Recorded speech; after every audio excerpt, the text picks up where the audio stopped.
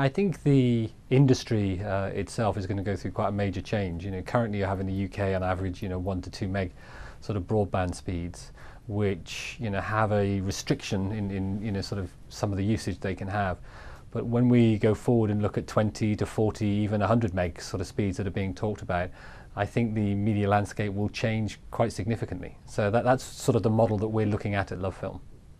For business in general, there will be a lot more opportunity. And for us at LoveFilm, video conferencing and using that more frequently is one of the main things that will change. I think also as we move it from a physical to a digital type service, because if you imagine the next 5 to 10 years, there's going to be a big transfer from postage-based physical DVD onto on-demand TV-based content that people will look at. And that itself is going to fundamentally change how we operate, because rather than put things in envelopes, we're actually going to be loading things up online so that people can then access and managing it that way.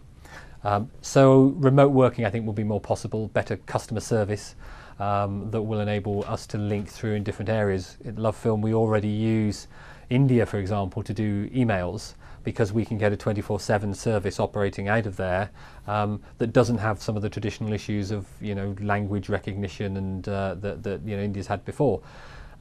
So I think those sort of flexibility gives us more choice and more options. I think whenever change takes place, I think the incumbents are the ones that are sort of most at risk, because the technology and innovation is going to take place probably in smaller companies rather than bigger companies that don't sort of cannibalize and innovate as quickly as they probably could do or should do.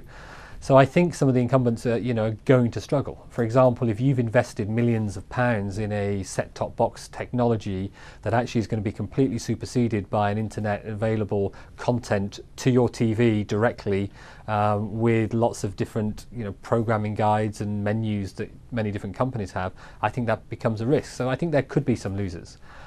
I think what's going to happen, to be honest, is a lot of companies will start up, and a lot of companies will start to operate in this space, and will actually get good content films, good TV programs, and there will be a huge proliferation to start with, and then some consolidation will take place as there's just not enough demand in the early years to cope with a huge proliferation of companies.